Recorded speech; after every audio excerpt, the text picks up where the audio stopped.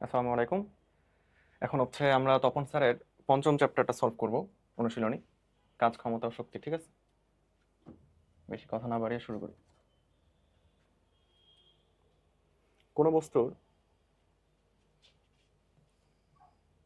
কি বলতেছে, কোনো বস্তুর উপর এফ বল প্রয়োগ করলে যদি থিটা কোণ সেটা করে যদি চলে যায়, তাহলে কাজ হচ্ছে আমাদের এফ ডট এস। মানে এটা তো কাজের সূত্রই, এটা এফ ডট এস। নিচের কোণটি কাজের এককের সমতুল্য। মানে কাজের একক কোণটা আসলে এই যে নিউটন মিটার, এই যে এই সূত্র থেকে তো পাচ্ছি নিউটন মিটার, বা এটাকে আসলে জুল জুল বলা হয়। ঠিক আছে, বল সরানোর মধ্যবর্তী কোণ মানে জন্য বলের দ্বারা কাজ। বলের দ্বারা কাজ মানে হচ্ছে ধনাত্মক কাজ। ঠিক আছে, ধনাত্মক কাজ কখন হবে? যখন আমার থিটাটা বা বল সরানোর মধ্যবর্তী কোণটা 0 থেকে 90 ডিগ্রি সমান, 90 ডিগ্রি ছোট হবে। ঠিক আছে, 90 হয়ে গেলে 0 হয়ে গেল কাজ, আর 90 থেকে বড় হয়ে গেলে নেগেটিভ কাজ হবে। তাহলে এরকম শর্তে আছে একটাই, কাজের পরিমাণ সবচেয়ে বেশি হয় যখন 0 হবে, তখন আমার সর্বোচ্চ কাজ। কারণ এফ এস কস থিটা না, এই থিটা যদি 0 হয় তাহলে কস থিটা হবে 1, তাহলে ইকুয়াল টু এফ এস। এটা হচ্ছে আমার সর্বোচ্চ মান কাজের। এবার হচ্ছে এক ব্যক্তি একটি বস্তুকে 30 সেকেন্ডে 1 মিটার উচ্চতায় ওঠায়, একই উচ্চতায় ওঠায়। আচ্ছা, একই উচ্চতায় উঠাচ্ছে, তো কত সেকেন্ডে সে উঠাচ্ছে এটা তো আসলে ক্ষমতা, মানে ক্ষমতা তাদের আলাদা, কিন্তু কাজ তো করছে একই। মানে কাজ তো দুটাই এমজিএইচ, তাই না? যেহেতু একই বস্তুকে উঠাচ্ছে, জি তো সেম, আবার এইচও তো একই, তাহলে এমজিএইচ তো একই, তাহলে কাজের অনুপাত কি হবে? 1:1 হবে। ক্ষমতার অনুপাত কিন্তু এক না, কাজের অনুপাত এক। বল সরানোর মধ্যবর্তী কোণ কত হলে কাজই শূন্য হয়ে যাবে? 90 ডিগ্রি, কারণ এফ এস কস থিটা, যে থিটা যখন 90 তখন কস থিটা হয়ে যাবে 0। বল সরানোর মধ্যবর্তী কোণ থিটা হলে বলের বিরুদ্ধে কাজ, বলের বিরুদ্ধে কাজ মানে ঋণাত্মক দিকে কাজ হতে হবে, মানে 90 থেকে 180-র মধ্যে আমার থিটা থাকতে হবে। 180 থেকে বড়, এই চিহ্নই তো গরমিল। 180 থেকে ছোট, 90 থেকে বড়, এইটা মোটামুটি 90 থেকে বড়, 180 থেকে বড় না,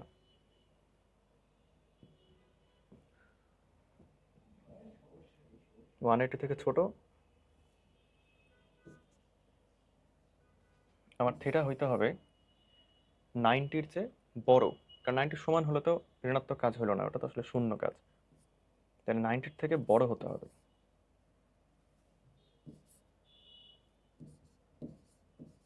এবং 180 থেকে ছোট হতে হবে। 180 সমান হলেও তো ঋণাত্মক কাজ, নেগেটিভ না, তাহলে এটা এরকম কোথায় আছে? ও এটাই তো, এটা। ঠিক আছে, এই জিনিসটা কেন না, কারণ হচ্ছে 90-র সমান হলে ঋণাত্মক কাজ না, ওটা শূন্য কাজ। ঠিক আছে, 90-র চেয়ে বড় হতে হবে, 180 সমান অথবা ছোট হতে হবে। একটি মার্বেলকে সুতায় বেঁধে বৃত্তাকার পথে ঘোরালে কাজের পরিমাণ, বৃত্তাকার পথে ঘোরালে কাজের পরিমাণ শূন্য। কারণ বৃত্তাকার পথে ঘোরানো হচ্ছে, টানা হচ্ছে এদিকে, যাচ্ছে এদিকে, কোনটা কত? 90 ডিগ্রি। 90 ডিগ্রিতে বল কাজ করলে কাজের পরিমাণ শূন্য হয়ে যাবে। বলের দ্বারা কাজ বা ধনাত্মক কাজ হয় যদি বল সরণের মধ্যবর্তী কোণ, বল প্রয়োগে সরণ শূন্য তাহলেও কাজ শূন্য, মধ্যবর্তী কোণ 90 তাহলেও কাজ শূন্য, বল সমদ্রুতিতে বৃত্তাকার পথে ঘুরে তাহলে তো 90 ডিগ্রিতেই ক্রিয়া করতেছে, কাজ শূন্য। মধ্যবর্তী কোণ যদি শূন্য হয় তাহলে কাজ হয় সর্বোচ্চ, তাহলে ওটাই ধনাত্মক কাজ। বল সরণের মধ্যবর্তী কোণ শূন্য হলে কাজের পরিমাণ সর্বোচ্চ। বহুপদে আর অভিন্ন এগুলো বাদ, কারণ মেডিকেলে এগুলো আসার মতো জায়গায় নেই প্রশ্নে, তাই না?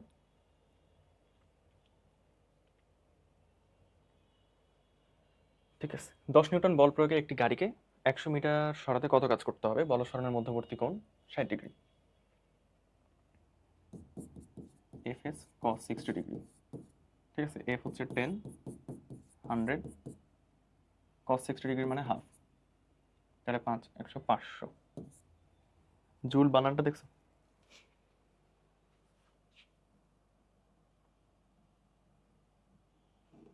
তারপরে হচ্ছে 40 নিউটন ওজন বস্তু মেঝে থেকে ধরে রাখতে কোনো কাজের পরিমাণ হয় না, মানে কোনো কাজই হয় না। ঠিক আছে, 500 গ্রাম ভর মানে হচ্ছে 0.5 কেজি স্থির অবস্থান থেকে 2 নিউটন বল প্রয়োগে 1 মিটার দূরত্বে সরানো হলো, তাহলে এম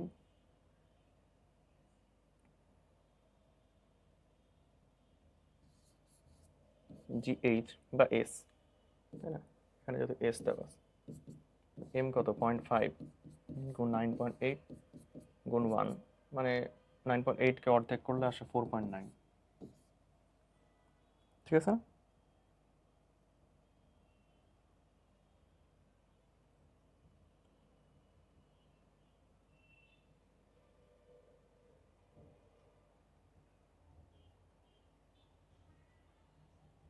ও আচ্ছা আচ্ছা আচ্ছা আচ্ছা, এখানে জি তো 9.8, জিনিসটা আমি ভুল করছি। আর এখানে ভুল করবা দেখি আসলে অপশন এটা দেওয়া আছে।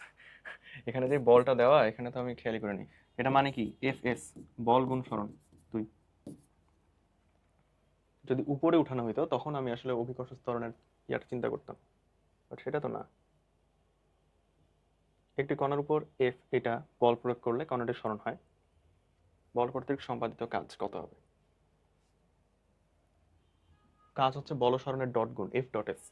ডট গুণ করি, এই যে আই এর সাথে আই, 10 দুগুণে 20, জে এর সাথে জে 20, 10 দুগুণে 20, এটা নেগেটিভ তো এটা একটা কাটা, শুধু 20, ঠিক আছে।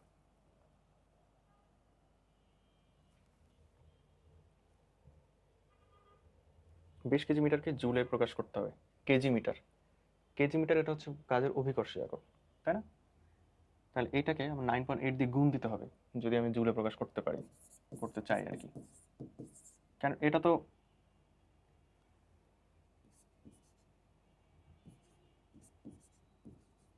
এম আর এইচ আছে, জুল তো এম জি এইচ, কাজের সূত্র এম জি এইচ না, তাহলে জি দিয়ে গুণ দিতে হবে। এই যে জি দিয়ে গুণ দিচ্ছি, পাবো এটা। বল সরণ কাজের মধ্যে সম্পর্ক আছে, ডাব্লিউ হচ্ছে F dot S, F S cos theta, দুটাই। এটা মান, আর এটা হচ্ছে ভেক্টর রূপ, একই তো। ডট গুণ ফলে তো খালি মানই পাওয়া যায়, এফ ডট এস হচ্ছে এফ এস কস থিটা।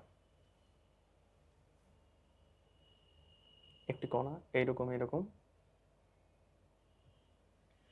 ঠিক আছে। আমি সরণটা বের করি, সরণ ভেক্টর আই, আই তো নাই, তাহলে 0 মাইনাস মাইনাস 2i, তাহলে হবে হচ্ছে 2i, 4j minus 5j plus 3k। এটা আমার সরণ ভেক্টর, 4 প্লাস 1 প্লাস 3 রুট 8, এত বল প্রয়োগ করা হচ্ছে। ও, এটা তো আমার লাগবে না, মান বের করলাম কেন, সির্ফ ডট গুণ করে দিতে হবে। এটা হচ্ছে আমার সরণ ভেক্টর, সরণ ভেক্টর আর এফ ভেক্টর দেওয়া আছে, তাহলে এফ ডট এস কত কাজ, তাহলে হচ্ছে 4 দুগুণে 8 মাইনাস 3, আর কে তো নাই, তাহলে 0 হয়ে গেল 5। বুঝতে পারছো? এস বের করলাম, শেষ বিন্দু মাইনাস আদি বিন্দু, এটার সাথে এফ কে ডট গুণ করে দিলাম, তাহলে কাজ। কেন্দ্রমুখী বল দ্বারা কৃত কাজ শূন্য, কেন্দ্রমুখী মানে সে ঘুরাচ্ছে জিনিসটাকে 90 ডিগ্রিতে। নিচের কোন শর্তের জন্য কৃত কাজ ধনাত্মক বলে বিবেচিত হবে? ধনাত্মক। 90 চেয়ে ছোট হতে হবে, 90 হয়ে গেলেই তো সেটা আলটিমেটলি 0, ধনাত্মক হইতে গেলে 90 চেয়ে ছোট, 0-র সমান। নিচের কোনটি শূন্য হলেও কাজ সম্পন্ন হবে, শূন্য হলেও কাজ সম্পন্ন হবে। স্বরের মধ্যবর্তী কোণ শূন্য হলে তো সর্বোচ্চ কাজ, তো কাজ তো সম্পন্ন হবেই।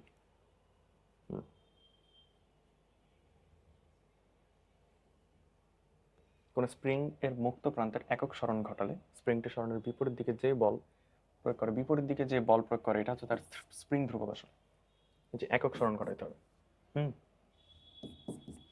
আলটিমেটলি কে এক্স, তো একক সরণ ঘটাইলে যে বল প্রয়োগ করে সেটাই হচ্ছে আমার স্প্রিং ধ্রুবক। স্প্রিং ধ্রুবকের সঙ্গে আসলে এটা,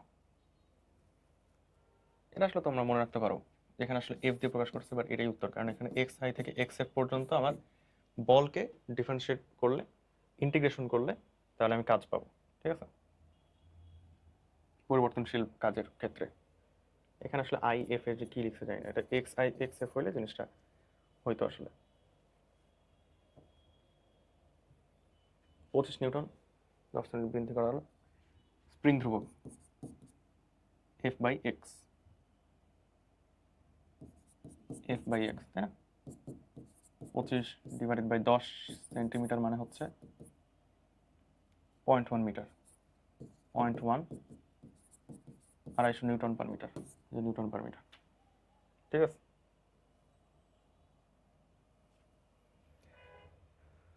25 নিউটন বল বৃদ্ধি করা হলো, স্প্রিংকে 8 সেন্টিমিটার প্রসারিত করলে। আচ্ছা, বৃদ্ধি করে, তাহলে তো স্প্রিং ধ্রুবক তো 250ই। এটা তো এর আগের ম্যাথ থেকে আসলে আমি বের করতে পারতেছি, বাট তুমি বের করবা F/x করে কে এর মান বের করবা। তারপরে এবার 8 সেন্টিমিটার প্রসারিত করলে কাজ হাফ কে এক্স স্কোয়ার, তাই না? তাহলে হাফ গুণ 250 এক্স স্কোয়ার হচ্ছে 8 স্কোয়ার, মানে হচ্ছে পয়েন্ট, সমস্যা নেই, 8 স্কোয়ারে দিয়ে দিলাম, আর এদিকে হচ্ছে 10^4 দিলাম, কারণ 10^2 করতে হয় মিটারকে সেন্টিমিটার, সেন্টিমিটারকে মিটার করতে গেলে, তাহলে যেহেতু দুইটা 10^4 দিল। ঠিক আছে, 64/2 32 গুণ 250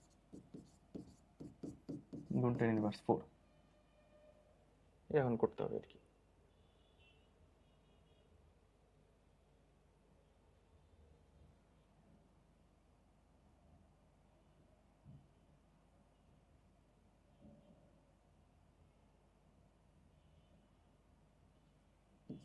এটা 0.8 আসে, 0.8 জুল। ঠিক আছে, এই যে 0.8 জুলও যা, নিউটন মিটারও তা, তাহলে এটা খুব ভাই। এবার হচ্ছে স্প্রিং ধ্রুবকের একক, এই যে নিউটন পার মিটার, F/x না, এই যে F/x, তাহলে নিউটন পার মিটার হবে। এল দৈর্ঘ্য ও কে স্প্রিং ধ্রুবক বিশিষ্ট একটি স্প্রিংকে কেটে সমান 4 টুকরা করা হবে।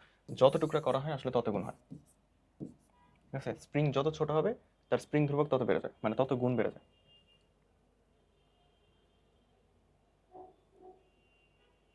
এবার দেখো এমন ভাবে কাটা হলো, একটা অপরটার দ্বিগুণ, মানে ধরো আমি নর্মালি চিন্তা করি, আমি যদি 3 ভাগ করি এটাকে, তাহলে এটা হবে 3k, এটা হবে 3k, এটা হবে 3k, কারণ যত ভাগ তত গুণ হয়ে যায়। এখন আমি বলছে যে লম্বা স্প্রিংটার ধ্রুবক, তাহলে যদি ছোটটা বলতো তাহলে ছোটটা হচ্ছে 3k, কমন সেন্স। আর যদি বড়টা চাইছে তাহলে বা দুইটা 3k এর শ্রেণী সমবায় না, দুইটা 3k এর শ্রেণী সমবায়। স্প্রিং এর শ্রেণী সমবায়টা হচ্ছে রোধের উল্টা, হ্যাঁ সমবায়টা হচ্ছে রোধের উল্টা, মানে শ্রেণীতে করলে ওই ইনভার্স ইনভার্স করে করতে হয়, আর যদি সমান্তরালে থাকে তাহলে যোগ হয়ে যায়। একটা ধারকের মতো, মানে স্প্রিং ও ধারক এর সমবায়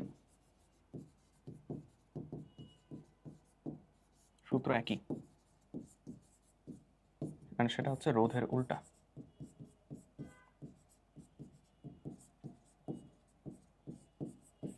ঠিক আছে, তাহলে 3k কে রোধের সিস্টেমে যদি আমি সমান্তরাল করতে চাই বা স্প্রিং এর শ্রেণী করতে চাই, তাহলে সেটা হয় 3k/2। ঠিক আছে,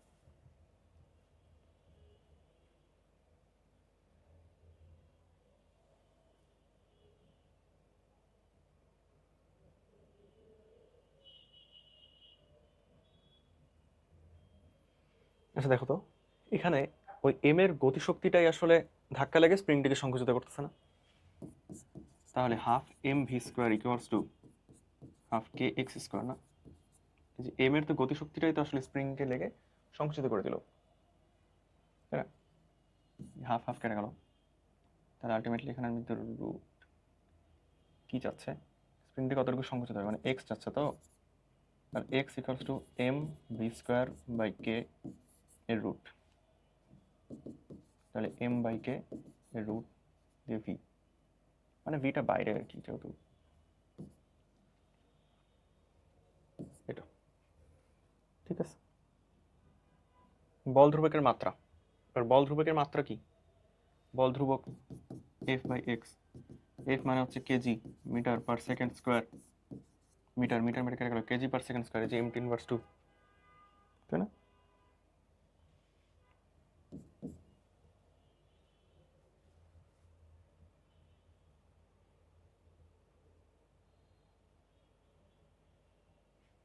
দশ গ্রাম এর একটি ভর ঘর্ষণহীন একটি অনুভূমিক তলের উপর দিয়ে গিয়ে দেয়ালের সাথে সংযুক্ত একটি অনুভূমিক স্প্রিংকে এত বেগে আঘাত করে, স্প্রিং ধ্রুবক এটা সর্বোচ্চ কত সংকুচিত হবে, ওই তো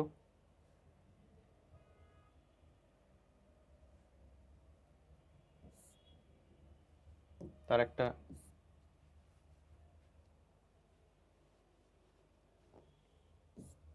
গতিশক্তি আছে, গতিশক্তি আছে, আর স্প্রিংকে সংকুচিত করে দিবে, তাই না? Half M V square half কে এক্স স্কোয়ার হয়ে যাবে।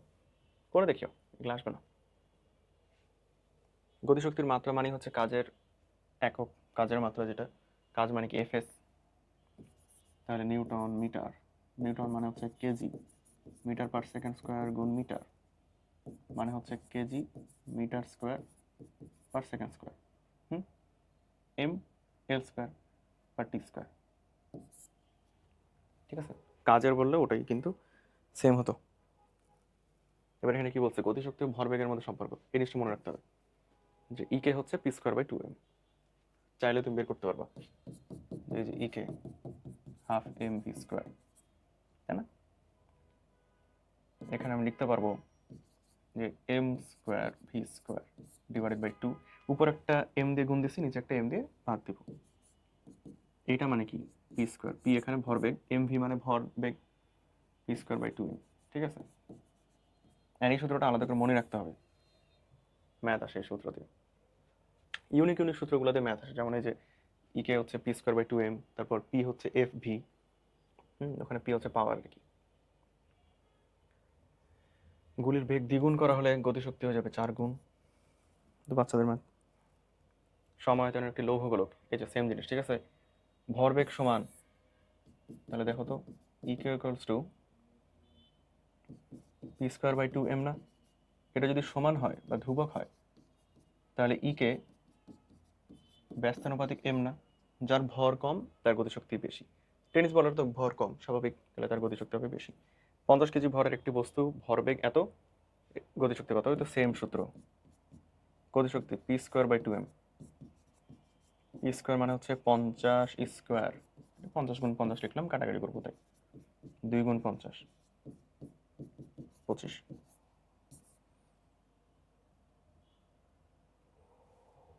ঠিক আছে,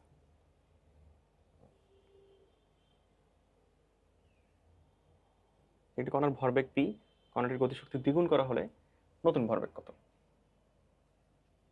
গতিশক্তি দ্বিগুণ করা হয়েছে, দেখছো এই সূত্রতে কত ম্যাথ, সেটা মুখস্থ রাখতে হবে। পি স্কোয়ার বাই 2m, গতিশক্তিকে আমি দ্বিগুণ করে ফেলছি, তাহলে ভরবেগ, এটা তো এমন, গতিশক্তি যদি দ্বিগুণ হয় তাহলে ভরবেগ হবে √2 গুণ, তাই না? যেহেতু বর্গমূলের সমানুপাতিক হচ্ছে।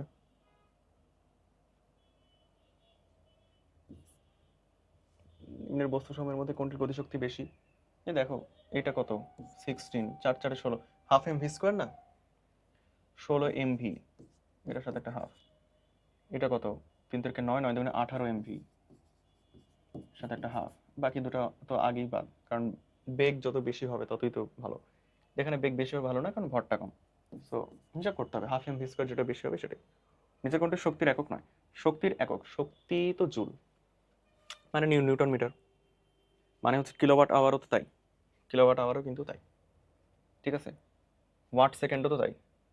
এই যে ক্ষমতা গুণ সময়, এই যে ক্ষমতা গুণ সময়, আর এটা তো আগেই ঠিকঠাক, তাহলে এটাই হবে।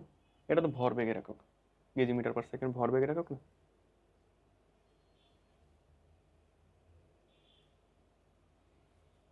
200 গ্রাম ভরের একটি বস্তু 10 মিটার উচ্চতা থেকে নিচে পড়তেছে। দেখো, ভূপৃষ্ঠ স্পর্শ করা পূর্ব মুহূর্তে গতিশক্তিটা আসলে যেইখান থেকে ছাড়া হয়েছে সেখানকার বিভব শক্তিটাই কিন্তু সেটা, তাই না? কারণ ফুলফিল বিভব শক্তিটাই তো একদম ভূপৃষ্ঠ স্পর্শ করার পূর্ব মুহূর্তে গতিশক্তিতে পরিণত হয়, তাহলে আমি সেটাই বের করবো। একদম ফুলফিল আগের উচ্চতাতে আমি হচ্ছে আমার বিভব শক্তি বের করবো, এবং সেটাই হচ্ছে আমার কাঙ্ক্ষিত মান। বুঝতে পারছো তো কনসেপ্টটা? কারণ ওই ফুলফিল বিভব শক্তিটা নিয়েই তো সে গতিশক্তি হয়। তাহলে আমি যদি ফুলফিলের বিভব শক্তিটা বের করি তাহলে তো আমি আসলে ভূপৃষ্ঠ স্পর্শ করার পূর্ব মুহূর্তে গতিশক্তি পাচ্ছি, কারণ তখন তো বিভব শক্তি শূন্য, আর মোট শক্তিতে সবসময় ধ্রুব। এমজিএইচ কত হচ্ছে, 0.2 গুণ 9.8 গুণ 10, তাহলে 2 গুণ 9.8, এটা হচ্ছে না? হুম, এই জিনিসগুলো বুঝতে হবে। দেখো, 300% বৃদ্ধি, 300% বৃদ্ধি বা 3 গুণ বৃদ্ধি,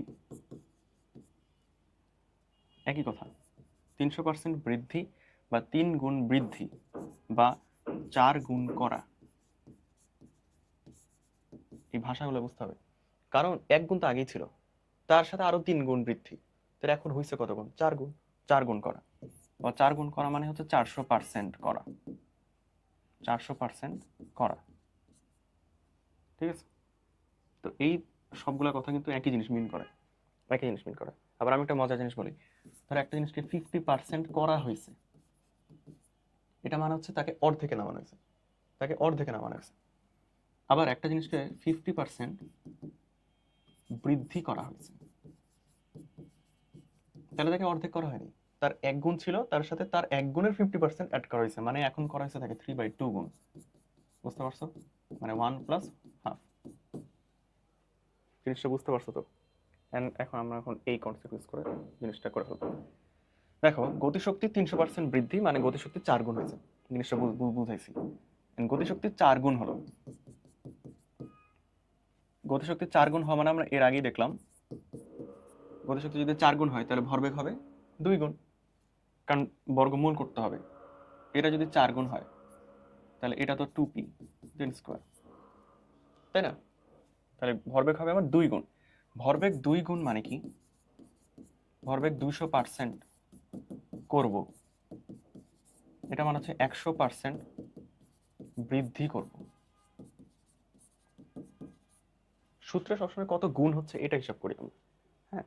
তারপরে 100% বিয়োগ দিয়ে বা 1 বিয়োগ দিয়ে আমরা বের করি যে কত বৃদ্ধি হলো, ঠিক আছে? ওই ইউনিটটার সাপেক্ষে কত বৃদ্ধি হচ্ছে। তাহলে এই যে বাড়বে, বাড়বে মানে বৃদ্ধি, 100% বৃদ্ধি হবে, ঠিক আছে? এবার দেখো, 1 জুল গতিশক্তির কোনো বস্তুর গতির বিপরীতে 1 নিউটন বল প্রয়োগ করা হলে বস্তুটি কত দূর অগ্রসর হয়ে থেমে যাবে?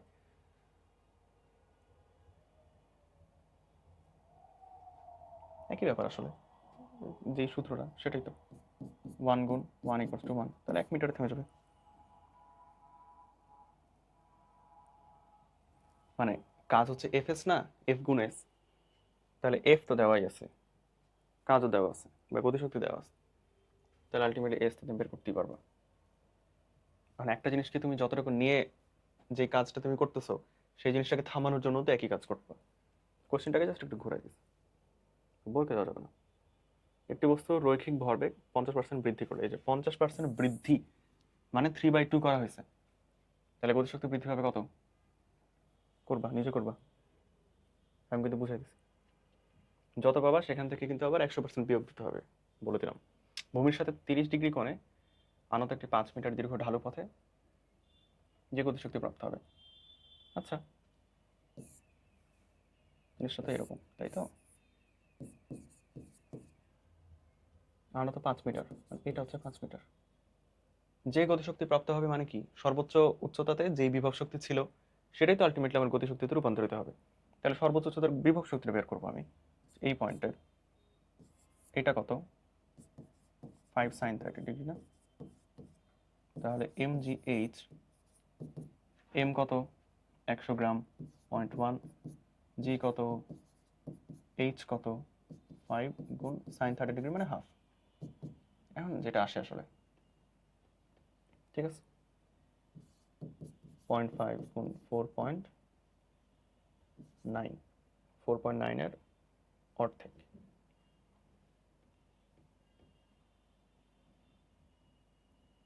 এটাই তো হচ্ছে,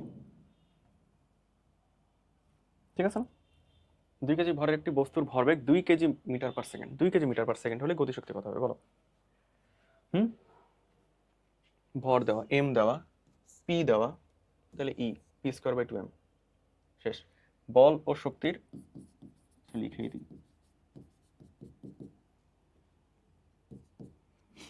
বল ও শক্তির মাত্রা, বল ও শক্তির মাত্রা, বলের মাত্রা হচ্ছে কে mL/T−2, আর শক্তি হচ্ছে তার সাথে আরেকটা এল যুক্ত হয়ে যাবে, এটা।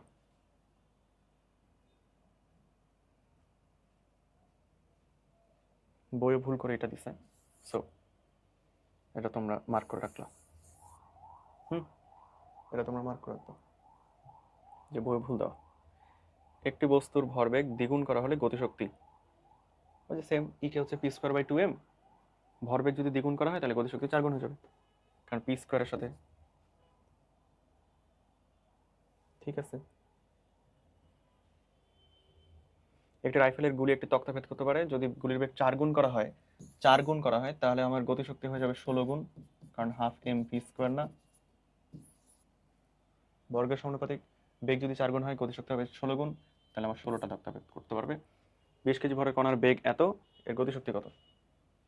বেগের মান লাগবে আমার 4² প্লাস 5² প্লাস 6², বেগের মান পেলাম। এবার হচ্ছে হাফ গুণ এম গুণ এই যে বেগটাকে আবার স্কোয়ার করে দেবো, তো আলটিমেটলি আমার এটা হচ্ছে 77 আসবে, 20। বুঝতে পারছো? বেগের মান বের করবো ভেক্টরের মানের সূত্র দিয়ে, তারপরে হচ্ছে হাফ এম ভি স্কোয়ার। যেগুলো কঠিন ওগুলোই মেনলি একটু টাইম দিব, আসলে এগুলোতে টাইম দিতে চাচ্ছি না। দেখো, গতিশীল বস্তুর গতিশক্তি ইকে এবং ভরবেগ পি বনাম রুট ইকে লেখচিত্রটি কি হবে? দেখো তো, ইকে সমানুপাতিক p² না, তাহলে ইকে রুট করে দিলে সমানুপাতিক পি, মানে একটা সমানুপাতিক সম্পর্ক সরলরেখা হবে। এই যে y = mx বা y সমানুপাতিক x, এটা একটা সমানুপাত, এটা একটা সরলরেখা না এরকম? কিন্তু যদি বলতো যে ইকে ভার্সেস পি, তখন তো আসলে একটা, তখন কিন্তু একটা প্যারাবোলা হইতো, অথবা এরকম। যাই হোক, 2 সেন্টিমিটার ব্যাস, এটা লাগবে না, এটা লাগবে না। গতিশক্তি এটা p²/2m। গতিশীল বস্তুর বেগ দ্বিগুণ হলে, বেগ যদি দ্বিগুণ হয়ে যায় গতিশক্তি হয়ে যাবে 4 গুণ। তবে এটা এটা হবে, এটা কনসেপ্টটা বুঝতে হবে যে দেখো, যত উচ্চতা থেকে, উচ্চতাটা যত বাড়বে গতিশক্তি কিন্তু আসলে কমতে থাকবে, কারণ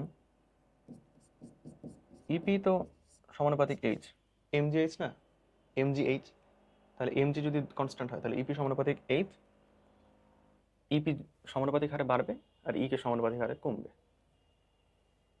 ইপি মানে বিভব শক্তি আর ইকে হচ্ছে গতিশক্তি আর কি। এটা আসলে তোমাদেরকে মনে রাখতে হবে, এটা আরেকটা মার্ক, কারণ এই জিনিসটা কেমনে আসে কিভাবে আসে জানি না, আর উত্তর দেওয়া সেটা সেটা মনে রাখতে হবে। ঠিক আছে।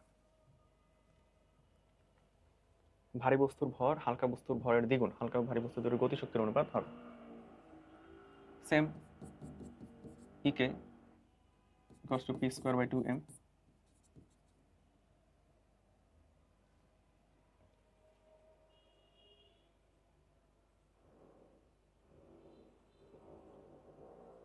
আচ্ছা, ভরের সাথে দেখো তো হাফ এম ভি স্কোয়ার, ভরের সাথে তো আসলে জিনিসটা সমানুপাতিক, ভরের সাথে সমানুপাতিক না, তাহলে হালকা ভারীর যদি দ্বিগুণ হয় তাহলে ভারীটার গতিশক্তি হবে কি 1:2, এরকমই তো হবে। হালকাটার গতিশক্তি মানে, ও না না না, সরি সরি, ভরের সাথে তো সমানুপাতিক, তো যার ভর বেশি তার গতিশক্তি বেশি হবে, কারণ বেগের তো কোনো চিন্তা এখানে করে নাই। তাহলে ভারী বস্তুটা দ্বিগুণ ভর, হালকা ভারী হলে, ও ঠিকই তো করছিলাম, ঠিকই তো করছিলাম, সমানুপাতিক, ভারীটার গতিশক্তি বেশি হবে। ঠিক আছে। একটি বুলেটের গতিশক্তি কত গুণ হলে, বুলেট কত গুণ হলে এটি এর প্রাথমিক বেগের 3 গুণ বেগ অর্জন করবে? গতিশক্তি বলছে না, নাই, বেগ 3 গুণ, গতিশক্তি 9 গুণ, হাফ এম ভি স্কোয়ার। খালি কথার মারপ্যাচ, একটু ঠান্ডা মাথায় বুঝতে হবে, সব পারো। কোনো বস্তুর ভরবেগ দ্বিগুণ করা হলে গতিশক্তি কত হবে? ভরবেগ দ্বিগুণ করা হয়েছে, গতিশক্তি হবে 4 গুণ, p²/2m। পি 2 করা হলে p² হয়ে যাবে 4। Got it? কোনো বস্তুর গতিশক্তি এটাকে 800%, 800% বৃদ্ধি করা হলে ভরবেগ কত শতাংশ বৃদ্ধি পাবে? একই কোশ্চেন আসলে। 800% বৃদ্ধি মানে হচ্ছে 900% করা বা 9 গুণ করা। 9 গুণ করা মানে গতিশক্তি 9 গুণ করা হয়েছে, তাহলে ভরবেগ তো তার রুট, তাহলে ভরবেগটা 3 গুণ করা হয়েছে। তুমি কি বুঝতে পারতেছো? হুম, এর আগে একটা করে দিচ্ছি, এই জন্য এটা আমি আর করে দিচ্ছি না। 800% বৃদ্ধি মানে 900% বৃদ্ধি, মানে হচ্ছে 9 গুণ হওয়া, তাহলে ভরবেগ হবে 3 গুণ, রুট যেহেতু রুটের সাথে সম্পর্ক, তাহলে ভরবেগ যদি 3 গুণ হয় তাহলে ভরবেগ বৃদ্ধি পাবে হচ্ছে 2 গুণ, বা 2 গুণ বৃদ্ধি, তাহলে তো 200% বৃদ্ধি। ঠিক আছে, 200% বৃদ্ধি।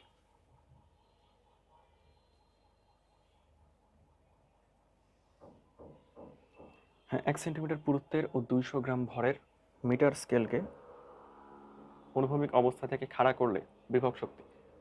এখানে দেখো অনুভূমিক অবস্থা থেকে খাড়া করা হচ্ছে, যে পুরুত্ব খাড়া করা হচ্ছে, এখানে গড় উচ্চতায় কাজ করতে হয়, আমাকে গড় উচ্চতা নিতে হবে। সেটা হচ্ছে আগে এম জি ইন্টু এইচ, এই যে এইচ ড্যাশ, এইচ ড্যাশটা হচ্ছে আমার গড় উচ্চতা। সেটা কিভাবে বের করে? ফার্স্টে তার ভর কেন্দ্র যেখানে ছিল, তারপরে তার ভর কেন্দ্র যেখানে গেছে, অথবা ফার্স্টে তার সর্বোচ্চ উচ্চতা যত ছিল, তারপরে তার সর্বোচ্চ উচ্চতা যেখানে গেছে তার অর্ধেক, যোগ করে অর্ধেক, মানে তাদের গড় আর কি। তাহলে এই এইচটা কীভাবে বের করবো? আগে 1 সেন্টিমিটার পুরুত্ব ছিল, মানে হচ্ছে 0.01, পরে হয়েছে একটা মিটার স্কেল, মানে 1 মিটার হয়েছে, এটাকে গড় করলাম। এখন জি বের করব গুণ 200.2, আর এটা হচ্ছে যেটা আসবে সেটাই। ক্যালকুলেটর তো তোমাদের হাতে থাকবে না, কিন্তু আমি তো ক্যালকুলেটর ইউজ করবো। এটা এখন কষ্ট করে বের করবো আর কি, কিছু করার নেই। 1.01/2,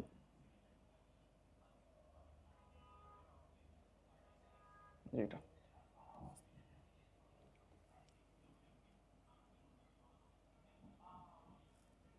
বিভব শক্তির একক। ও, সঞ্চিত বিভব শক্তি হচ্ছে হাফ কে এইচ স্কোয়ার, যেটা কাজ করা হয় সেটাই। বিভব শক্তির একক হচ্ছে জুল, তাই না? কাজের একক যা বিভব শক্তি একক, গতিশক্তি সব কিছুতে জুল। এখন এইচ উচ্চতা,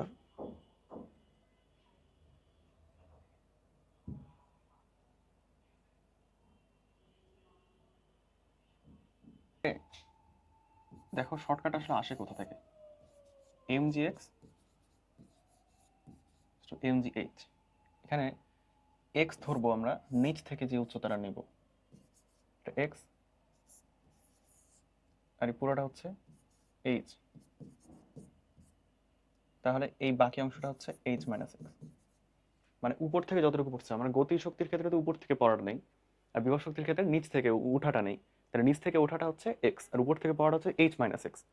তাহলে এইটা হচ্ছে আমাদের গতিশক্তি, এইটা হচ্ছে আমাদের বিভব শক্তি। তাহলে শর্টকাটটা হচ্ছে এরকম, যে এম জি এফ তো কেটে যায়, তাহলে আমি ডিরেক্ট লিখবো জাস্ট এইটা,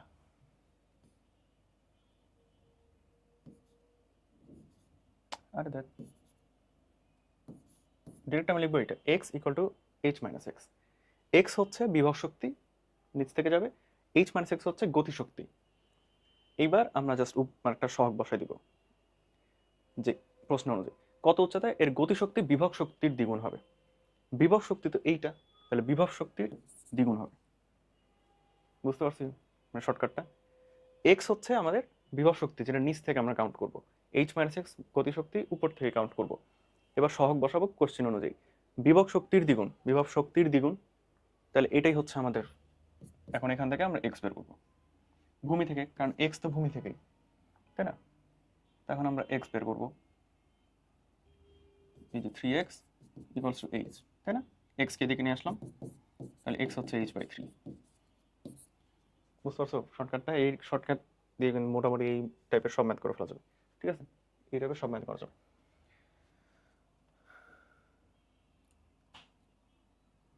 40 নিউটন ওজনের বস্তুকে মেঝে থেকে 2 মিটার উঁচুতে ধরে রাখতে কোনো কাজ হয় না, এটা একটা আগে করলাম না?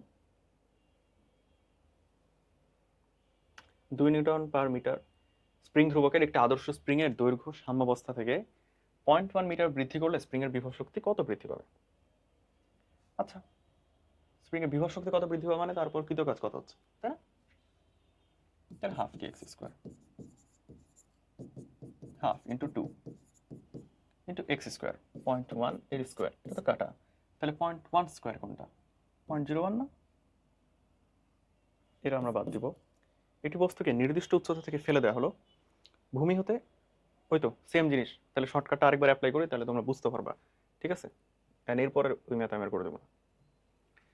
সেম ভাবে আবার লিখবো x equals to H minus x. ওকে,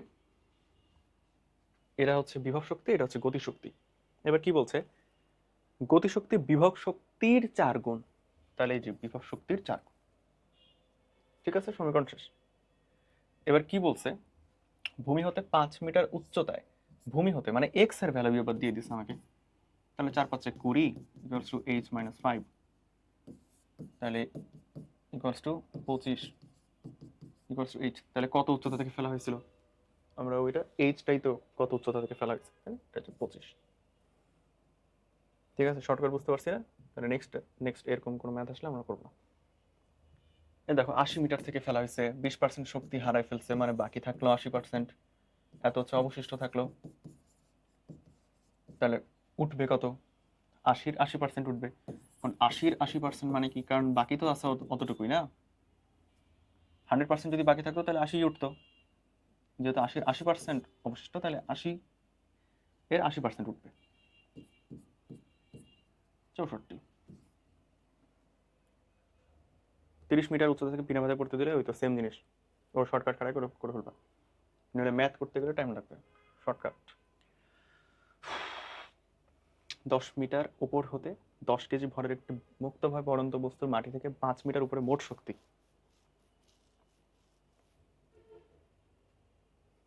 দেখো তো 5 মিটার উপরে কোনো ম্যাথই করা লাগবে না, কারণ সে তো চাইছে মোট শক্তি, মোট শক্তি তো সবচেয়ে উপরেও সেম, সবচেয়ে নিচেও সেম, যেটা গতিশক্তি, সবচেয়ে উপরে হলো বিভব শক্তি, মাঝামাঝি কোনো একটা পর্যায়ে দুটার যোগফল, মোট শক্তি সবসময় সেম। মোট শক্তি কি ধ্রুবক, তাহলে আমরা এমজিএস বের করবো,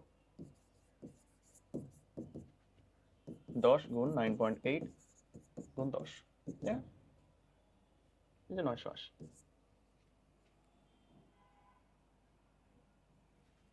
ঠিক আছে, বুঝতে পারছি না, মোট শক্তি কিন্তু সবসময় ধ্রুব থাকবে।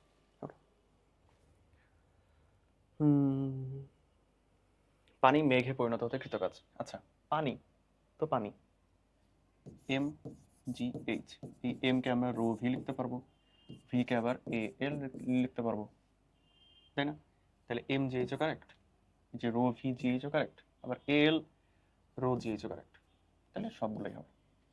বিভব শক্তির মাত্রা, ওই যে কাজের মাত্রা যেটা, গতিশক্তির মাত্রা সেটা, বিভব শক্তির মাত্রাও সেটা বের করবো। স্প্রিংকে প্রসারিত করলে এর মধ্যে কোন ধরনের শক্তি সঞ্চিত হয়, বিভব শক্তি।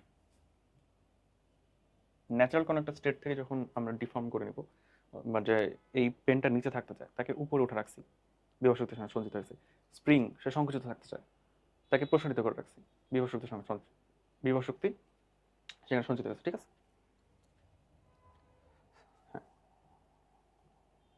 এটা বাদ। কত উচ্চতায় গতিশক্তি বিভব শক্তি সমান হবে, শর্টকাট করে দেবো না, দুটো করে দিচ্ছি। 10 মিটার উচ্চতা থেকে 10 কেজি ভরের একটি হাতুড়ি পেরে আঘাত করলে, আচ্ছা 5 সেন্টিমিটার নিচে ঢুকে গেল, দেখো তো এখানে ঘটলোটা কি, 5 সেন্টিমিটার মানে হচ্ছে 0.05 মিটার, 10 মিটার উচ্চতা থেকে একটা হাতুড়ি পড়ছে না, তাহলে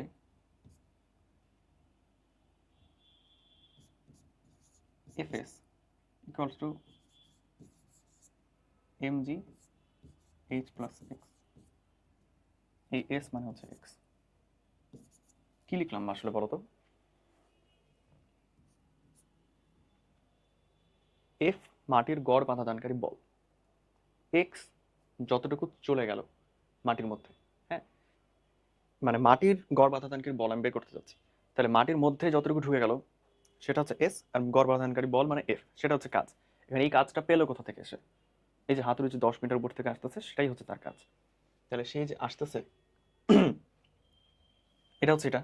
তখন হাতুড়ি তো 10 মিটারই শুধু যায় নাই, 10 মিটার পরে আবার 5 সেন্টিমিটার সে ঢুকাই দিচ্ছে না ওটাকে, তাহলে সে 10 প্লাস 5 সেন্টিমিটার গেছে না, এই জন্য ওই এক্সটা এটার সাথে গুণ হবে। বুঝতে পারছো? যে আমি হচ্ছে এক্স বের করবো, সরি এফ বের করবো, তাহলে এটা কি হচ্ছে, এম মানে হাতুড়ির এম, এটা এই পার্টটা হচ্ছে হাতুড়ির, এই পার্টটা হচ্ছে মাটির। হাতুড়ি গেছে কতটুকু, এইচ 10 প্লাস এক্স, 5 সেন্টিমিটার, ওইটুকু তো গেছে হাতুড়িটা। সে 10 সেন্টিমিটার, যেহেতু 10 মিটার যেহেতু থেকে যায়নি, ওটাকে 5 সেন্টিমিটার ঢুকেছে। আবার আবার মাটির ক্ষেত্রে আমি যদি চিন্তা করি, তাহলে এফ আমাকে বের করতে বলছে, আর এস হচ্ছে যে 5 সেন্টিমিটার যে ঢুকে গেল ওটা।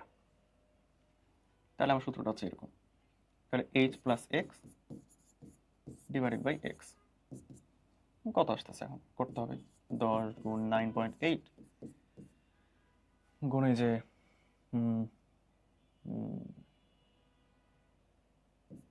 10.05,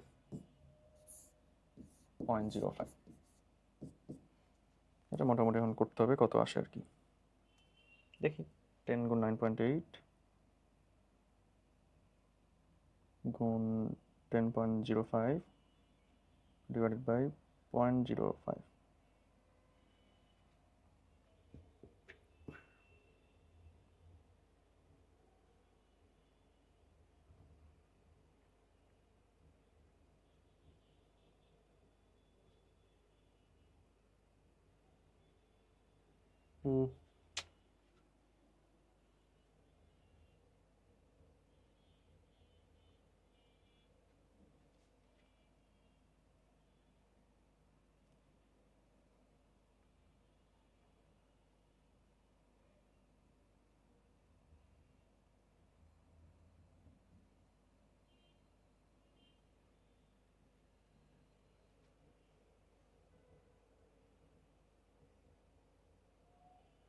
ও আল্লাহ রে, আমি এটার অপশন দেখতেছি, দিয়ে মিলছে না, আফসোস।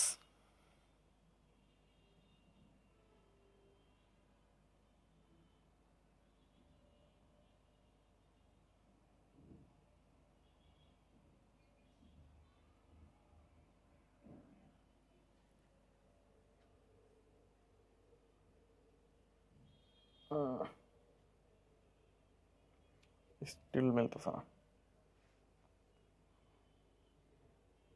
10 × 9.8 গুণ 10.05 এরপর 0.05, 19,698। ও মিলছে তো, ঠিক আছে। অ্যাকচুয়াল জিনিস হচ্ছে এটাই, কিন্তু এই জিনিস আসলে তোমরা করতে পারবে না যেহেতু ক্যালকুলেটর ছাড়া। সো এই ভ্যালু হয়তো দিবে না, বাট একটা সহজ ভ্যালু দিয়ে হয়তো দিতে পারে, যাতে তুমি হ্যান্ড ক্যালকুলেশনটা খুব সহজে করতে পারো, ঠিক আছে। সো কনসেপ্টটা বুঝে রাখতে হবে যে এটা হচ্ছে আমার মাটির, এটা হচ্ছে হাতুড়ির, ঠিক আছে। হাতুড়িটা এইচও নামলো, এইচ মানে হচ্ছে 10, এক্স পরিমাণও নামলো, যেহেতু সে আসলে ওই পেরেকটাকে তো ঢুকালো, পেরেকের সাথে সাথে হাতুড়িও গেছে, ঠিক আছে। তাই আমি ওখানে এইচ প্লাস এক্স। এটা হচ্ছে মাটির মাটির বাধা দানকারী বল গুণ সরণ, এই দুইটা কাজ হচ্ছে সমান, কারণ ওই কাজটা এই কাজের মাধ্যমে হলো, ঠিক আছে। আর এই এক্সটা হচ্ছে মাটির যতটুকু সরণ হলো, মানে মাটির মধ্যে যে সরণটা হলো, ঠিক আছে। না বুঝলে আবার রিপিট করে দেখবা। আর যদি যে কোনো কোশ্চেন, আমি তো দেখা যাচ্ছে সব তো করে দিচ্ছি না, টাইম শর্ট, তোমাদেরও টাইম শর্ট, হ্যাঁ। তো কোনো প্রবলেম হলে তোমরা কমেন্টে জিজ্ঞাসা করবা যে এই জিনিসটা করে দিলে ভালো হতো, আমি কমেন্টে বুঝাতে চেষ্টা করবো। কি বলে, 3 মিটার ব্যাস, এত উচ্চতা, সিলিন্ডারকে সমান অবস্থা থেকে খাড়া করতে। তাহলে জিনিসটা কি হয়েছে, এরকম থেকে এরকমই তো, তাই না? এই জিনিসটা তো আমি করবো, কিভাবে করবো দেখো তো। 3 মিটার ব্যাস মানে এই পার্টটা হচ্ছে 3, এই পার্টটা হচ্ছে 5, ঠিক আছে।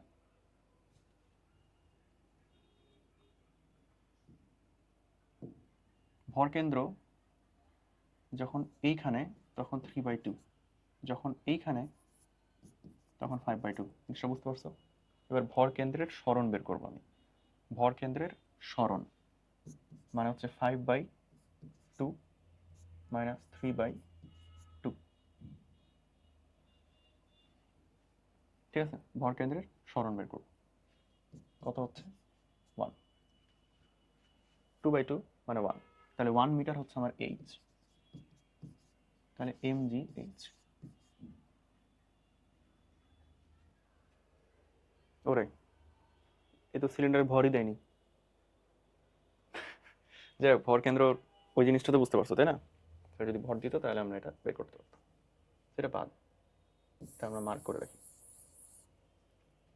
এখানে কি খ বলছে, 49 বলছে, কোনোভাবে এটা বের করা সম্ভব না। ঠিক আছে, মানে ভর যদি 20 হইতো তাহলে আসলে এই জিনিসটা আসতো আর কি, মানে 20 তো না, যেটাই হোক। তো এখানে ভর দেয়নি, ভর ছাড়া আমি কৃতকাজ কিভাবে বের করবো? ঠিক আছে, এই যে অসংরক্ষণশীল বলের উদাহরণ হচ্ছে ঘষা, বা যে কোনো বাধা দানকারী বল, তাই না? ঘষা, ঘষা দিবা, ঘ দিয়ে হচ্ছে ঘর্ষণ, সা দিয়ে হচ্ছে সান্দ্রতা। যে কোনো বাধা দানকারী বলই আসলে অসংরক্ষণশীল বল। কোনটি সংরক্ষণশীল বল? এই যে ঘ, এই যে সা, এই যে বাধা, তাহলে এই তিনটা বাদ দিয়ে যেটা থাকবে সেটা।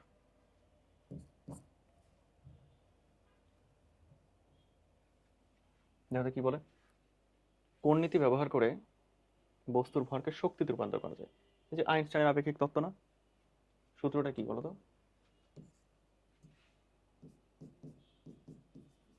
ইকুয়ালস টু এমসি স্কোয়ার না? 0.5 কেজি ভরের একটি শিলা 1.5 কিলোমিটার উচ্চতার মেঘ হতে ভূমিতে পতিত হলো, ভূমি স্পর্শ করার মুহূর্তে তার গতিশক্তি। এই যে আমি তখন একটু বললাম না যে ভূমি স্পর্শ করার মুহূর্তে গতিশক্তি, এটা মানে হচ্ছে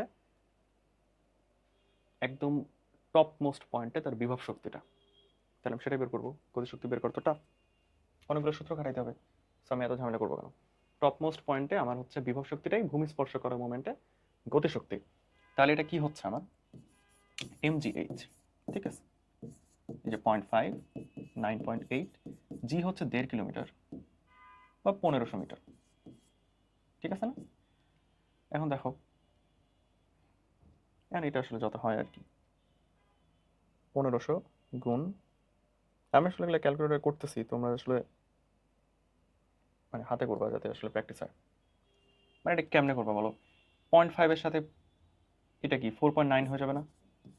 4.9 হয়ে যাবে, তাহলে এখন 4.9 এটাকে আমরা এখন গুণ দিব, বা এই যে 15 আর 49কে আমরা গুণ দিব, তারপরে হচ্ছে দুইটা শূন্য অ্যাড করবো, একটা শূন্য কমাই দিব যেহেতু দশমিক। কেমনে করবো? এই যে 5 নং 45-এর 5, হাতে থাকলো 4, হ্যাঁ, 9 1 9 4 13, 4 5 20, হাতে থাকলো 2, 4 কে 4 আর 2 6, এই যে 5 3 7, দুইটা শূন্য অ্যাড হবে, একটা দশমিকের ছিল যেহেতু এখানে, তাই একটা শূন্য কমে যাবে, 7350। ঠিক আছে, এইভাবে ঠান্ডা মাথা থাকলে এগুলো ক্যালকুলেশন তুমি দ্রুত করতে পারবা, এই জন্য দেখা যাচ্ছে আমি এগুলো করে দিচ্ছি না। সংরক্ষণশীল উদাহরণ 9 মানে ঘষা, এটা সাথে আর কি সান্দ্রতা থাকবে, বাধা থাকবে। ঘষা দিয়ে যেটা বাধা দেয় সেটাই হচ্ছে কি অসংরক্ষণশীল। এখানে কি বলে, 20 মিটার উঁচু থেকে একটি বল বালির মধ্যে পতিত হলো, বালিটা 1 মিটার ঢুকে গেল, তাহলে বুঝতে পারছো এবার এইচ প্লাস এক্স হবে। মানে হচ্ছে কি, সে কিন্তু এইচ প্লাস এক্স 20 হয়ে আসছে, আবার 1 মিটার ঢুকেও গেছে। এর আগের ম্যাথটা যদি চিন্তা করতাম, বাট এখানে সেটা চাইনি, পেন্টালে আসছে, মানে সে আসলে সহজ কোশ্চেন করছে। কোনটা সংরক্ষিত থাকবে? দেখো সে কিন্তু ঢুকে থেমে গেল, মানে তার শেষ বেগটা হয়ে গেছে 0, তাহলে এই ক্ষেত্রে কখনোই গতিশক্তি সমান নাই। ঠিক আছে, গতিশক্তি কখনোই সমান নাই, কারণ গতিশক্তি একটা ছিল, এখন হয়ে গেছে 0, তাই না? তাহলে আগে একটা গতিশক্তি ছিল, এখন হয়ে গেল 0, গতিশক্তিকে তাহলে মানে সমান থাকলো, তাহলে এটাকে একটা স্থিতিস্থাপক সংঘর্ষ হলো? হলো না। তাহলে মিলিতভাবে যদি একটা জিনিস যাইতে থাকে, বা একটা জিনিস যদি মিলিতভাবে এভাবে যে থেমে যায়, তাহলে কিন্তু সেটা আসলে একটা অস্থিতিস্থাপক সংঘর্ষ, এবং সেক্ষেত্রে গতিশক্তি সংরক্ষিত হয় না, সেক্ষেত্রে জাস্ট ভরবেগ সংরক্ষিত হবে। ঠিক আছে, অস্থিতিস্থাপক সংঘর্ষে কি সংরক্ষিত হয়? ভরবেগ সংরক্ষিত হয়। ওকে,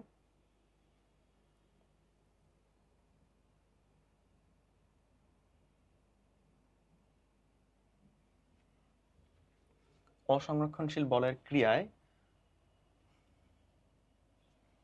পূর্ণচক্রে কাজের পরিমাণ অশূন্য। ঠিক আছে, অশূন্য।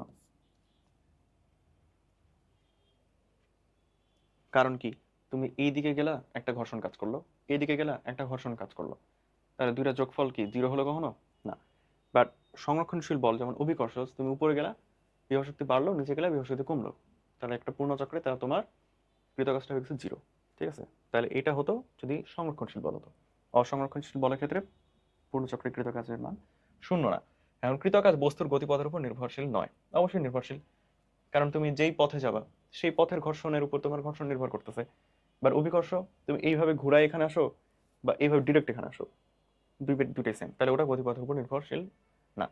মানে এই এই যে এইটা, তারপর এইটা,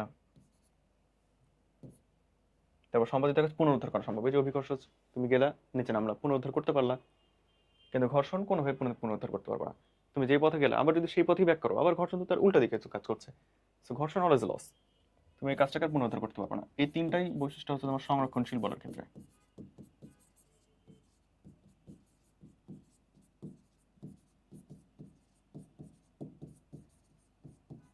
ঠিক আছে, সংরক্ষণশীল বলের ক্ষেত্রে যান্ত্রিক শক্তির নিত্যতাটা সংরক্ষিত হয়। এই জন্য আমরা দেখবো এই যে অভিকর্ষ বলের ক্ষেত্রে আমরা কিন্তু এই যে যান্ত্রিক শক্তির নিত্যতা দিয়ে ম্যাথ করি, তাই না?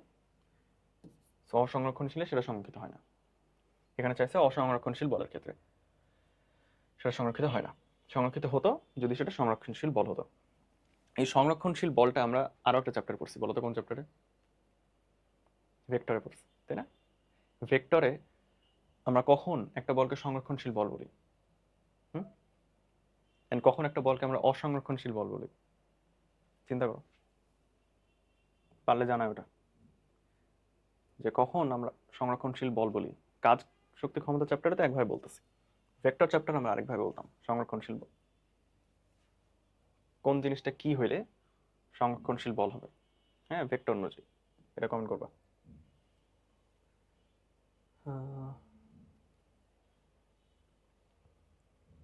কিলোওয়াট ঘন্টা,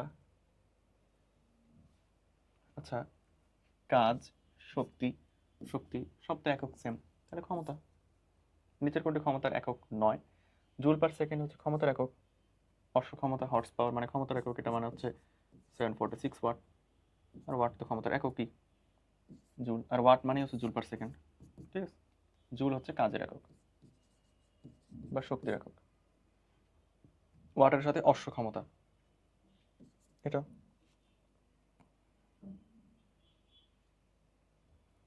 কিলোওয়াট ঘন্টার সাথে এটা।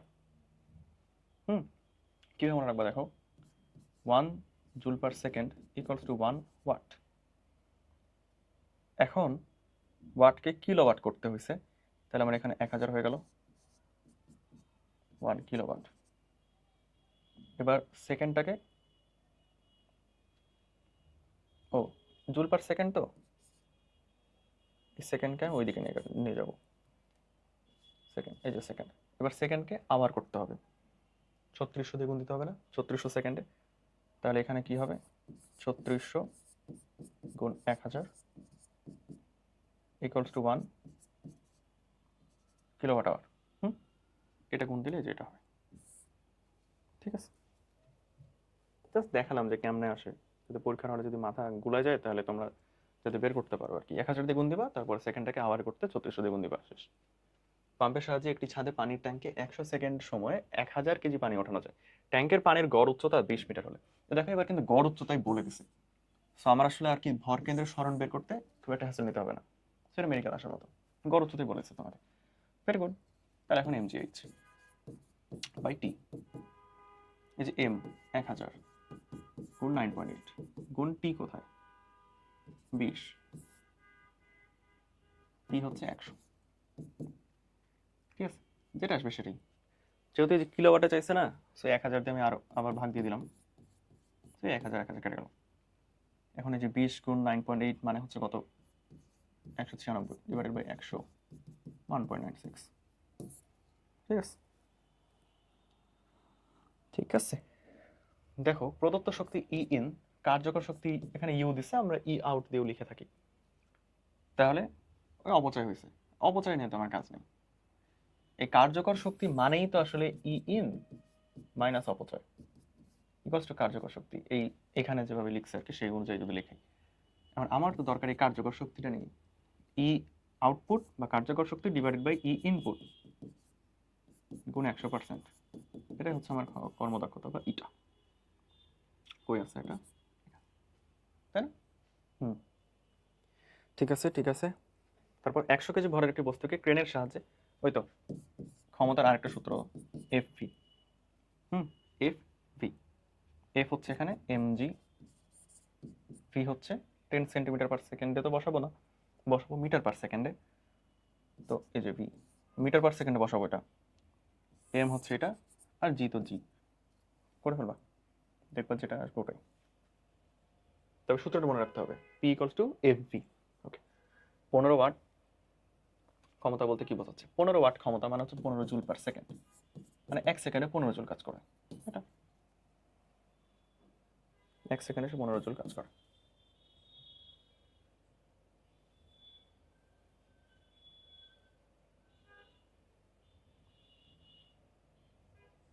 একটি পানিপূর্ণ কূপের গভীরতা ও ব্যাস যথাক্রমে এত। একটি পাম্প 20 মিনিটে কূপ থেকে পানি শূন্য করতে পারে। এই যে এবার দেখো পানি শূন্য করতে পারে। সো এবার কিন্তু আমার ইয়া লাগবে, মানে গড় উচ্চতা বের করতে হবে এবার, তাই না? এবার গড় উচ্চতা বের করতে হবে না? গড় উচ্চতা কিভাবে বের করবো? ধরো সর্বোচ্চ পয়েন্ট, আচ্ছা পানি শূন্য বলছে তো, সো এটা তো আসলে মানে কমপ্লিটলি ফুলফিল হয়ে আছে, তাই না? একদম মানে পুরোপুরি ভরে আছে আর কি। হুম, তাই না? একদম জাস্ট মিড পয়েন্টটা ধরবো, এটাই হচ্ছে আমার ভর কেন্দ্র, এন্ড ওটাই হচ্ছে আমার, এটাই হচ্ছে এইচ, এইটুকু হচ্ছে এইচ। হুম, এইটুকু হচ্ছে আমাদের এইচ, মানে ফুলফিল যেই গভীরতাটা যে 10, তাহলে আমি ধরবো 5, 5 হচ্ছে আমাদের এইচ। ঠিক আছে, সেটা ধরে করবা। এখানে পানির কিন্তু ভর বের করতে হবে, কিভাবে বের করবো? Rho V. ভি কিভাবে বের করবো? পানিপূর্ণ কূপ মানে একটা সিলিন্ডার, সেই সিলিন্ডারের আয়তন বের করতে হবে, সেটাকে আবার 1000 দিয়ে গুণ দিতে হবে, তাহলে আমি পানির ভর পাবো। ঠিক আছে না? দেশের পানির ভরটাকে mgh, এইচটা হচ্ছে আমার এই 10/2, তারপরে টি দিয়ে ভাগ দিয়ে দিতে হবে। এত বড় ম্যাথ আসলে আসবে না, তো ড্যামেজ করা। একটি মোটর 120 মিটার গভীর কূপ থেকে 5 মিনিটে 400 কেজি পানি উত্তোলন করতে সক্ষম। Very good. তাহলে এটা কি হচ্ছে? এম জি এইচ, 120 মিটার গভীর কূপ থেকে 5 মিনিটে পানি উত্তোলন করতে সক্ষম। আচ্ছা কূপ বলছে, সেখানে তো পানিটা লিমিটেড। কুয়া বললে না হয় প্রতি সময় সে 120 মিটার থেকেই তুলছে, কিন্তু কূপ মানে সবসময় তো সে 120 মিটার থেকে তুলছে না, কখনো সে উপর থেকে শুরু করে একদম 120 পর্যন্ত গেছে। তাহলে গড় উচ্চতাটা কত? 60, তাই না? 120 মিটার উচ্চতা পর্যন্ত পানি ভরাট হয়ে আছে। এখন মেশিন এসে এখান থেকে একবার নিল, যখন তার সরণ আসলে 0, তাই না? তুমি তো 120 বসাতে পারো না, এখান থেকে যখন নিল তখন তো তার সরণ 0। আবার যখন পানি কমতেছে তখন তার সরণ বাড়ছে আস্তে আস্তে, এবার যেতে যেতে 120। তাহলে কমপ্লিট কাজটাতে তার গড় সরণ হয়েছে কত? 120/2 না? কারণ একবার 0 থেকে নিচ্ছে, একবার 120 থেকে নিচ্ছে। এটাই আসলে মানে গড় সরণ বের করার এটাই নিয়ম, যে একবার দেখতে হবে যে তোমার আদি সরণটা, যে মানে আদি পয়েন্ট, যেই পয়েন্ট থেকে সে পানি উত্তোলন করছে, অ্যান্ড দ্য লাস্ট পয়েন্ট, যেই পয়েন্ট থেকে সে পানি উত্তোলন করছে, এই দুটো যোগ করে অর্ধেক করে দিতে হয়। ঠিক আছে, এখানে যেমন সে পুরাটা নিছে, তাই একদম 120 + 0/2। তারপরে সে পুরাটা নিল না, সে 2/3 পরিমাণ নিল, তাহলে 120, তারপরে তার 2/3 করবা, দেন যে পয়েন্টটা পাবা সেই পয়েন্টটা যোগ করে 2 দিয়ে ভাগ দিতে হয়। ঠিক আছে, এভাবে গড় সরণ করলে ওইটা হচ্ছে আমাদের এইচ। নইলে ভুল আসবে উত্তর, 120 বসানো যাবে না, কারণ সে তো কনস্ট্যান্টলি 120 থেকে নেয়নি। যদি এটা কুয়া হতো তাহলে কিন্তু সে কনস্ট্যান্টলি 120 থেকে নিচ্ছে, কারণ কুয়াতে তার পানি শেষ হচ্ছে না, সে কনস্ট্যান্টলি 120 পর থেকেই উঠাচ্ছে। ঠিক আছে, কিন্তু যখন এটা একটা কূপ, মানে পানি লিমিটেড, সে 0 থেকে নিচ্ছে, তারপরে 1 2 3 এরকম করতে করতে 120 পর্যন্ত থেকে নিচ্ছে। তাহলে গড় সরণ নিতে হবে। কারণ পুরোটা ফাঁকা নাও করতে পারতো, সে সে অর্ধেক ফাঁকা করলো, তাহলে 1 থেকে শুরু করে সে 60 পর্যন্ত গেল, 60 পর্যন্ত গেল, তাহলে সে শুরু করছে 0 থেকে, শেষ করছে 60-এ, তাহলে তখন আমার গড় সরণ কত? 30। আশা করি বুঝতে পারছি। ঠিক আছে, যাই হোক ওইরকম কনসেপচুয়াল জিনিস আসলে আসবে না, বোঝানোর দরকার ছিল তাই বোঝানো। এখন এখানে আসলে 60 লাগবে, মানে 60 সে নিছে কত সময়? 5 × 60, 5 মিনিট যেহেতু, এই 5টি এটাতে ভাগ দিলে হচ্ছে 80, 80 × 9.8 ডিভাইডেড বাই আবার 746, কারণ অপশনে তো এগুলো, এই কারণে এটা আসবে না আসলে, মানে এই 746 ভাগ দিতে গেলেই তো জীবন টিপন শেষ। 80 × 9.8 ডিভাইডেড বাই 746।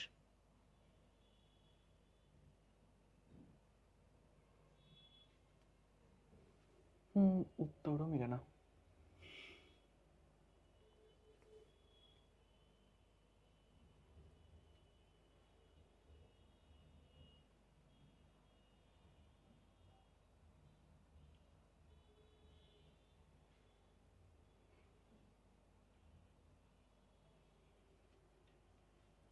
এখানে এটা আসলে 2.1 দিছে, বুঝছো? এটা কিভাবে দিছে?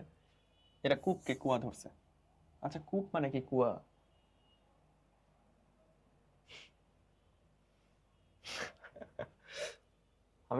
আমি তোমাকে বুঝাইছি ঠিক, যে যখন আসলে পানিটা লিমিটেড, মানে উপর থেকে নিয়ে একদম শেষ পর্যন্ত নিয়ে শেষ করে ফেলা যাবে, তখন কিন্তু আমাকে গড় সরণ চিন্তা করতে হবে, যে ফার্স্টে যে পয়েন্ট থেকে তুলছে, লাস্টে যে পয়েন্ট থেকে তুলছে, সেই দুইটা পয়েন্টের উচ্চতা যোগ করে অর্ধেক। কিন্তু যখন একটা নির্দিষ্ট উচ্চতা থেকে সে কনস্ট্যান্টলি তুলতেছে, তখন তার ওখানে গড় সরণ নাই, তখন তো সবসময় সে একটা নির্দিষ্ট উচ্চতা থেকে তুলছে। এই ব্যাপারটা ঘটে কুয়ার ক্ষেত্রে নিয়ে, কারণ কুয়াতে কনস্ট্যান্টলি একটা লেভেলেই পানি থাকে, তো সে সবসময় ওই একটা উচ্চতা থেকে পানিটাকে তুলতেছে। এখন কূপ মানে মনে হয় আসলে কুয়া, ঠিক আছে? বাংলা টাংলা আমি ভুলে গেছি আসলে। হুম। কূপ মানে মনে হয় কুয়া। সো এই ক্ষেত্রে এটা 60 হবে না, এক্ষেত্রে এটা 120 হবে। ওকে, এক্ষেত্রে ওটা 120 হবে, যে কাটাকাটি করে 2। হুম। দেন 2.1, মানে কূপ মানে আসলে কুয়া। সো ওখানে কনস্ট্যান্ট লেভেল 120 মিটার থেকে সে কনস্ট্যান্টলি তুলতেছে। আচ্ছা, এই জিনিস আসবে না, আসবে না। Very good. এরকম কয়েকটা স্কিপ করতে পারলে বেশ ভালোই লাগে আর কি। নিচের কোনটি ক্ষমতার মাত্রা? আচ্ছা, ভেরি গুড, এটা আসলে মুখস্থ রাখতে পারো, দরকার নেই। এফ, আচ্ছা ক্ষমতা না, সো এই যে এফ এস বাই টি, ওই তো এখান থেকে তো আসলে এফ ভি সূত্রটা আসে। এফ এস মানে কাজ ভাগ সময়, F V, S by T কে এফ ই লেখা যায়। এফ হচ্ছে কি, M L T inverse 2 KG metre per second square newton না? এটা হলো টি, সরি এটা এল, এল আর নিচে একটা টি, তাহলে কি হচ্ছে M L square T inverse 3, ঠিক আছে? M L square T inverse 3।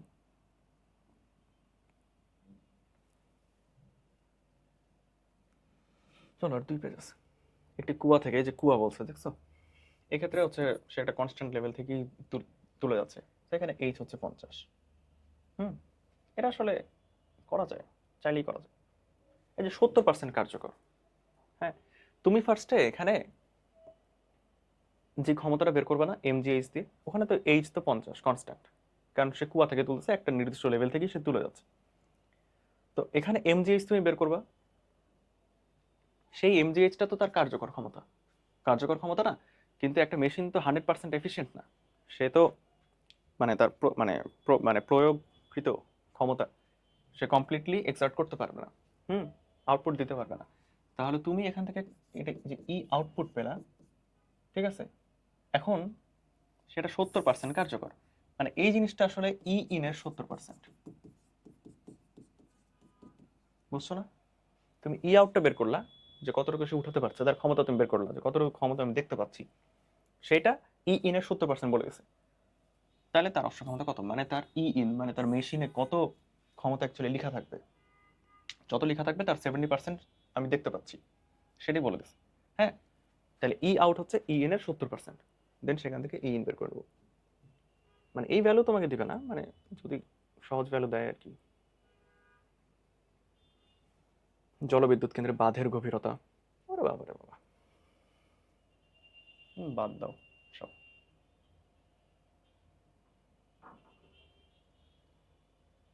না, লাগবে না। এই যে ওরা হচ্ছে same, P equals to F V, তাই না? এই যে ভি দেওয়া, আর এফ হচ্ছে এম জি, এই যে এম দেওয়া, শেষ। ক্ষমতা বল ও বেগের মধ্যে সম্পর্ক এই যে এটা, কারণ কি, বি হচ্ছে S by T, F S by T মানে হচ্ছে ডাব্লিউ বাই টি, মানে হচ্ছে ক্ষমতা। 60 কেজি ভরের এক লোক 30 মিনিটে উঁচুতে উঠতে পারে, তার কাজ করার ক্ষমতা কত?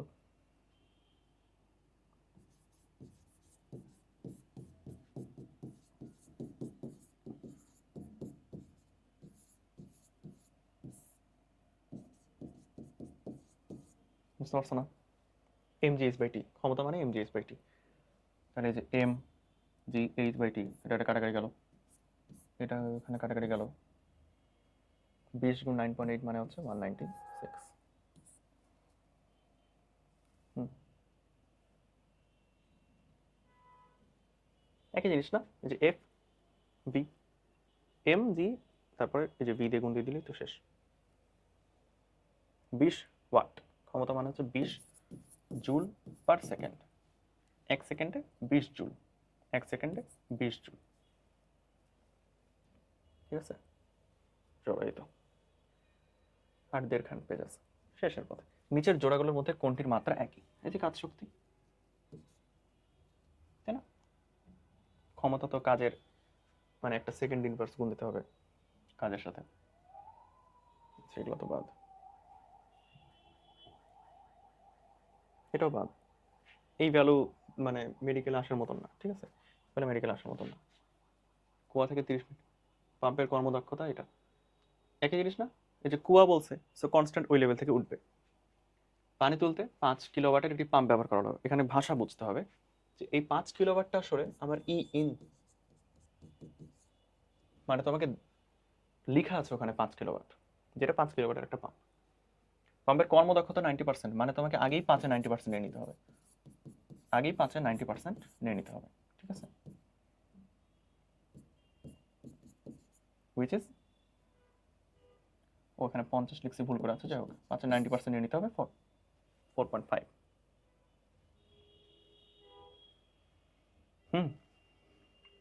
তাহলে তার 4.5 কিলোওয়াট সে সেটা আউটপুট দিবে আর কি।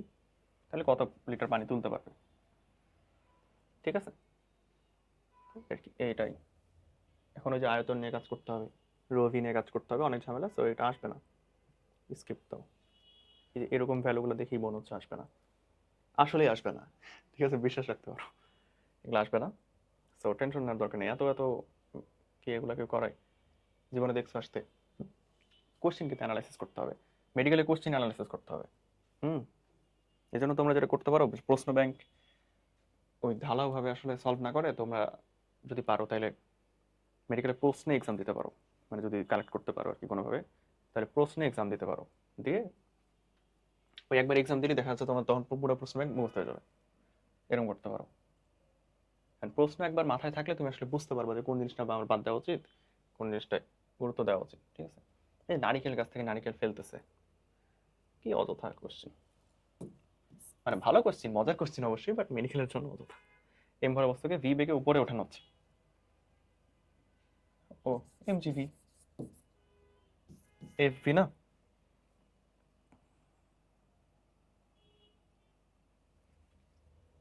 মোটর প্রতি মিনিটে 60 লিটার পানি 100 মিটার উঁচু ছাদে তোলে, ভেরি গুড। সে কনস্ট্যান্টলি 100 মিটারই তুলতেছে, তাহলে এইচ তো আমার কনস্ট্যান্ট, এইচ 60 লিটার, এটা তো ভি। হুম,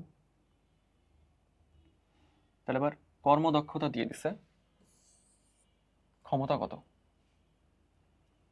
যখন কর্মদক্ষতা দিয়ে দিবে তখন আসলে তোমার বুঝতে হবে যে তুমি যে ই আউটপুটটা পাবা না, তোমার চাইছে আসলে ই ইনপুট। তাহলে এই ক্ষমতাটা আমি ধরে নিচ্ছি এটা আসলে ই ইনপুটই চাইছে, নইলে তো কর্মদক্ষতা দিত না। তাহলে আমি এখন ই আউটপুটটা কি পাচ্ছি, M G H by T. M কিভাবে পাবো, 60 লিটারের এম কিভাবে পাবো, rho V G H by T, তাই না? এদের রো 1000 গুণ ভি হচ্ছে 60, ও না না না, রো তো কেজি পার মিটার কিউব, তাহলে 60 লিটারকে তো আমার মিটার কিউবে নিতে হবে না, তাহলে 60কে ইন্টু 10⁻³ দিতে হবে তো, তাই না? লিটারকে মিটার কিউবে নিতে গেলে, কারণ 1 লিটার মানে হচ্ছে 1 ডেসিমিটার কিউব, 1 ডেসিমিটার মানেই হচ্ছে 10⁻³ মিটার কিউব, ঠিক আছে? আবার 1 সেন্টিমিটার কিউব মানে হচ্ছে 1 ml, এগুলো কিন্তু জানতে হবে। এগুলো জানতে হবে, হইল। তাহলে এটা হচ্ছে, এটা দিলাম মিটার কিউবে নিলাম 9.8 গুণ এইচ কত, এইচ হচ্ছে 100 টি প্রতি মিনিট সেকেন্ডে নিলাম, ঠিক আছে? আমি এটা ই আউটপুট পেলাম, যেইটা কিনা আমার ই ইনপুটের 70%, কর্মদক্ষতা দেওয়া না, ই ইনপুটের 70% এটা। তাহলে এই জিনিসটা ই ইনপুটের 70% ইকুয়ালস টু ই ইনপুটের 70% বা 70/100। তাহলে এইটাকে ই ইনপুট আমি যদি বের করতে চাই, তাহলে এইটাকে আরো এই যে 100 দিয়ে গুণ দিয়ে 70 দিয়ে ভাগ দিতে হবে না?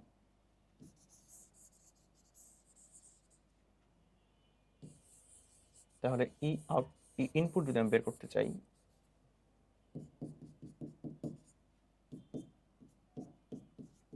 100 দিয়ে গুণ দিয়ে 70 দিয়ে ভাগ দিতে হবে। ঠিক আছে, এখন ধরো এখন এখানে যেটা আসে আর কি, চলো দেখি কি আসে। 1000 গুণ 60, বুয়েট আসা ম্যাথ, সো এটা ক্যালকুলেটর ইউজ করবই। 60 গুণ 9.8 গুণ 100 গুণ 100, এবার ডিভাইডেড বাই 70 ডিভাইডেড বাই 60, আর যে 10^3 যেটা ছিল ডিভাইডেড বাই 1000, 1400 ওয়াট।